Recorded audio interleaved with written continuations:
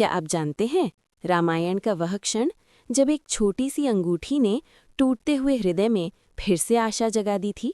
जब हनुमान जी समुद्र पार कर लंका पहुंचे तो उनका उद्देश्य केवल एक था, माता सीता को प्रभु का संदेश देना।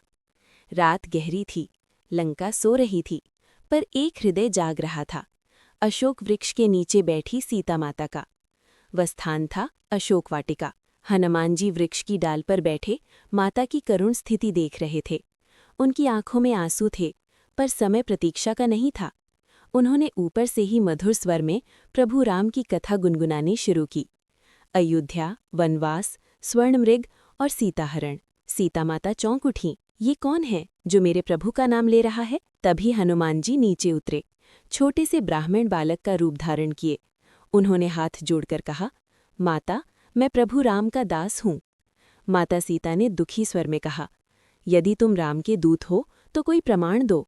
रावण भी छल कर सकता है। हनुमान जी मुस्कुराए। उन्होंने अपने हृदय के पास बंधी छोटी सी गांठ खोली। उसमें से एक स्वर्ण मुद्रिका निकाली। वो साधारण अंगूठी नहीं थी, उस पर अंकित था राम। जैसे ही वो मुद्रिका सीता माता की हथेली पर आई, उनकी उंगलियां कांप उठीं। वो अंगूठी नहीं थी, वो अयोध्या का स्पर्श था, वो राम का विश्वास था, वो प्रेम का संदेश था। सीता माता की आंखों से अश्रुधारा बह निकली। उन्होंने उस अंगूठी को हृदय से लगा लिया। उन्होंने कहा, हनुमान, अब मुझे कोई भय नहीं, मेरे राम अवश्य आएंगे। हनुमान जी ने विनम्र प्रणाम किया। उस क्षण अशोक वाटिका में केवल दो ही नहीं थे, वहां विश्वास खड़ा था, भक्ति खड़ी थी और आशा मुस्कुरा रही थी। यही सच्ची भक्ति है, जहां संदेश छोटा हो सकता है पर विश्वास असीम होता है।